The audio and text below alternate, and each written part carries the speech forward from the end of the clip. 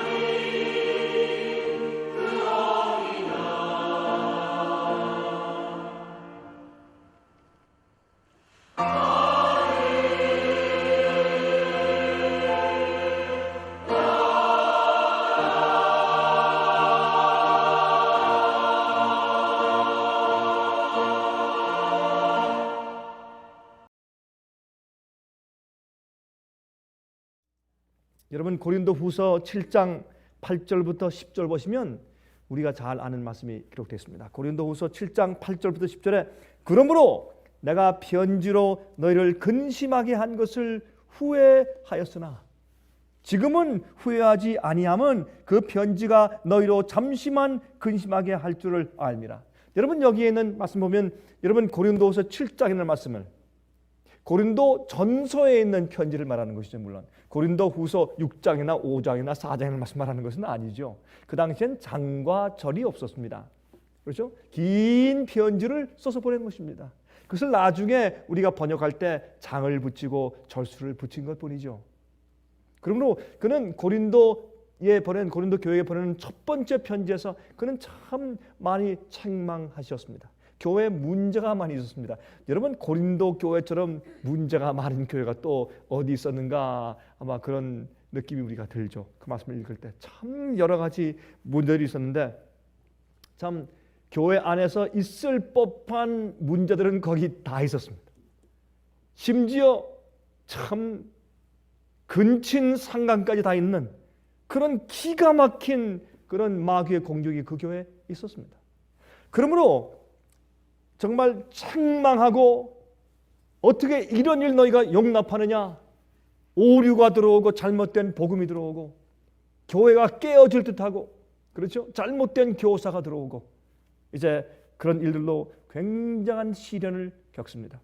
이럴 때 멀리 떨어져 있지만은 바울은 아주 진실되게, 아주 정말 충성스럽게 그 교류에서 기도하고 계속적으로 충고하고 권면하고 책망하는 편지를 씁니다. 그리고 계속해서, 여러분, 고린도 전서는 편지를 쓴 것이나 그건 말고 계속 사람들을 보내면서 그 교회를 책망하고, 또한 정결케 하기 위해서, 회복되기 위해서, 얼마나 개혁하기 위해서, 다시 부흥시키기 위해서 얼마나 애를 많이 썼는지 모릅니다. 자, 그 편지가 너희로 잠시만 근심하게 한 줄을 알미라. 내가 지금 기뻐하면 너희로 근심하게 한 까닭이 아니요 도리어 너희가 근심함으로 회개함에 이른 까닭이라. 너희가 하나님의 뜻대로 근심하게 된 것은 우리에게서 아무 해도 받지 않게 하려 함이라. 하나님의 뜻대로 하는 근심은 후회할 것이 없는 구원에 이르게 하는 회개를 이루는 것이요, 세상 근심은 사망을 이루는 것이라 그랬습니다. 여기 보니까 이 회개에 대해서 말할 때 하나님의 뜻대로 하는 근심은 내가 너에게 많이 책망하고 교훈하고 정말 권면을 많이 해서 너희 마음을 아프게 했으나, 그러나 그것이 너희를 회개케 하여서 구원에 이르게 했으니 얼마나 좋은 것이냐. 그래서 하나님의 뜻대로 하는 근심은 주님의 말씀과 성령의 은혜와 또한 진리로 책망받고 마음 아프게 하는 근심은 좋은 것이다. 예. 아버지가 사랑하는 자녀를 책망하지 않고 채찍질하지 않는 부모를 본 적이 있느냐, 그렇게 말씀하신 것이죠. 하나님의 뜻대로 하는 근심은 후회할 것이 없는 구원에 이르게 하는 회개를 이루는 것이요. 여러분, 여기에 있는 형용사 후회할 것이 없는 이 말의 형용사는 구원이란 단어에 떨어지는 것이 아니라 뒤에 나오는 회개에 떨어지는 것입니다. 그러므로 이 구원에 이르는 것은 말이죠, 하나님께서 우리를 책망하시고 꾸짖으시고 어떤 때는 마음 아프게 하시고, 그렇죠? 그렇게 하신 다음에 우리에게 이루시는 구원은 참 우리 마음 가운데 그 날카로운 주의 경고의 말씀 때문에 오는 회개죠. 근데 그 회개는 또다시 회개할 필요가 없는, 후회할 필요가 없는 회개입니다. 회개 한번 하면은 그 다음에 또 회개하려고 이렇게 애써 보니까 회개할 게 더 이상 없습니다. 후회할 것이 없는, 우리가 하나님께로 받은 책망 때문에, 시련 때문에, 고난 때문에, 십자가 때문에 마음이 아파, 아니면 여러 가지 어려운 경험을 통과했으나, 그러나 그런 것 때문에 나중에 구원에 이르니 후회할 것이 없어요. 또 더 중요한 것은 우리가 그래서 생기는 회개. 그렇죠? 가만히 보면 말이죠, 편안하고 아니할 때는 회개가 잘 생기지 않더라고요. 그렇죠? 무언가 남에게 말할 수 없는 속의 근심과 걱정이 있다든지, 아니면 육체적인 고통과 질병이 있다든지, 아니면 시련이 있을 때 참 뭐라고 설명할 수 없는 가슴을 저며오는 마음 아픈 그런 시련들이 있을 때, 그렇죠? 아주 절실할 때, 간절할 때, 그때 회개가 오죠. 마음이 느슨해 있을 때 회개가 오질 않습니다. 그래서 하나님께서 우리를 구원하시는 방법 가운데 큰 것이 뭔가? 죄의 고통입니다. 참 하나님께서는 말이죠, 우리 인간이 죄를 지은 다음에 그저 그냥 살게 하시면 죄의 결과가 없게 살게 하실 수도 있었건만 주님께서 반드시 너희가 죄를 지었으므로 죽을 것이라. 그것은 무엇을 말하는 것입니까? 우리가 짓는 죄의 대가를 우리가 이 땅에서 어떤 의미에서 치르는 것입니다. 그 죄의 대가로 영원한 두 번째 사망을 당하는 것은 아니나, 우리가 이 땅에 살면서 우리가 다시 사는 시간을 얻고 은혜의 기회가 주어진 바 되었기 때문에, 그러나 그 삶 속에서 우리가 반드시 치르면서 살아야 할 것들이 있습니다. 잘못하면 반드시 그 대가가 있습니다. 여러분, 죄를 짓지 맙시다. 죄를 지으면 주님께서 용서하시나, 죄를 지었기 때문에 반드시 그 결과가 우리에게 오는 것입니다. 우리가 손등을 칼로 그으면 그것이 나아요. 시간만 되면 약을 바르고 붕대를 감으면 낫습니다. 아무입니다. 그러나 흉터가 있습니다. 그리고 추울 때 알입니다. 그렇죠? 여러분, 뼈가 부러진 다음에 나아요. 치료가 됩니다. 그러나 환절기에 시큰시큰하죠. 우리가 반드시 환처가 생기면 그것 때문에 생기는 후유증이 있는 것입니다. 죄는 용서받습니다. 회개하면 해결됩니다. 그러나 죄를 지면 반드시 그 죄는 우리의 두뇌 가운데, 우리의 육체 가운데 반드시 흠집을 냅니다. 그 흠집은 우리의 생애 가운데 알게 모르게 죄의 대가를 주면서 고통을 가져오고, 마음에 스트레스를 주고, 어려움을 주고, 병나게 하고, 부절제하면 병나는 것입니다. 그건 죄의 대가입니다. 그래서 우리를 고통스럽게 하는 것입니다. 그래서 우리가 할 수만 있으면 죄를 짓지 말아야 합니다. 우리가 회개하여 용서받을 수 있을지라도 죄는 짓지 말아야 합니다. 죄는 짓지 않는 것이 좋습니다. 여러분, 그러나 하나님께서 그것을 또 뒤집어서 이 죄로 인하여 생기는 고난과 고통들과 스트레스와 질병들 때문에, 십자가 때문에 우리 속에 회개가 생기게 하시고 그 회개가 깊어지게 하십니다. 가끔 사람들은 저한테 묻습니다. 목사님, 저는 이미 고백하고 회개하고 주님께서 용서하셨다고 믿는데 왜 자꾸 그 죄가 자꾸 생각이 납니까? 아니, 이미 회개하고 용서받았으면 자꾸 생각나야 할 텐데 그 죄가 잊혀지고 다시는 생각나지 말아야 할 텐데, 물론 가끔 생각이 나더라도 왜 자꾸 그 죄가 내 마음을 자꾸 제 마음속에 들어와서 상기시켜서 자꾸 괴롭힙니까? 제가 가끔 이렇게 답변을 합니다.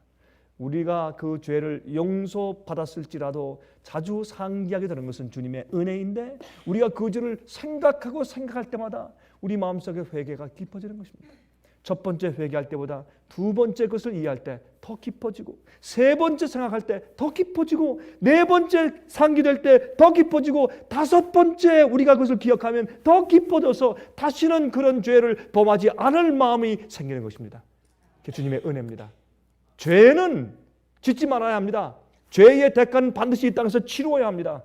여러분이시여, 다윗이 우리아를 죽이고 밧세바를 취한 그 죄가 용서받았으나 시편 51장에 기가 막힌 회개 기도를 한 다음에 주님께서 그의 죄를 용서하시고 죄가를 주님께서 그 사는 그 당시에 내리지 않게 보호해 주시고 은혜를 베푸셨으나 그 죄의 결과 때문에 그는 평생 동안 그는 고통을 당하고 가족에서 시련을 당하고, 그 결과 때문에 많은 어려움이 있었습니다.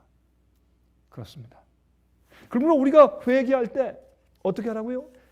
철저하게 해서 다시는 죄를 짓지 않도록 우리가 회개 한번 했는데 그 다음에 회개하려고 보니까 다시는 또 회개할 만한 것이 없어요. 후회하지 않을 만한 그런 깨끗한 회개를 해야 된다고 이렇게 성경은 우리에게 말씀하고 있는 것입니다.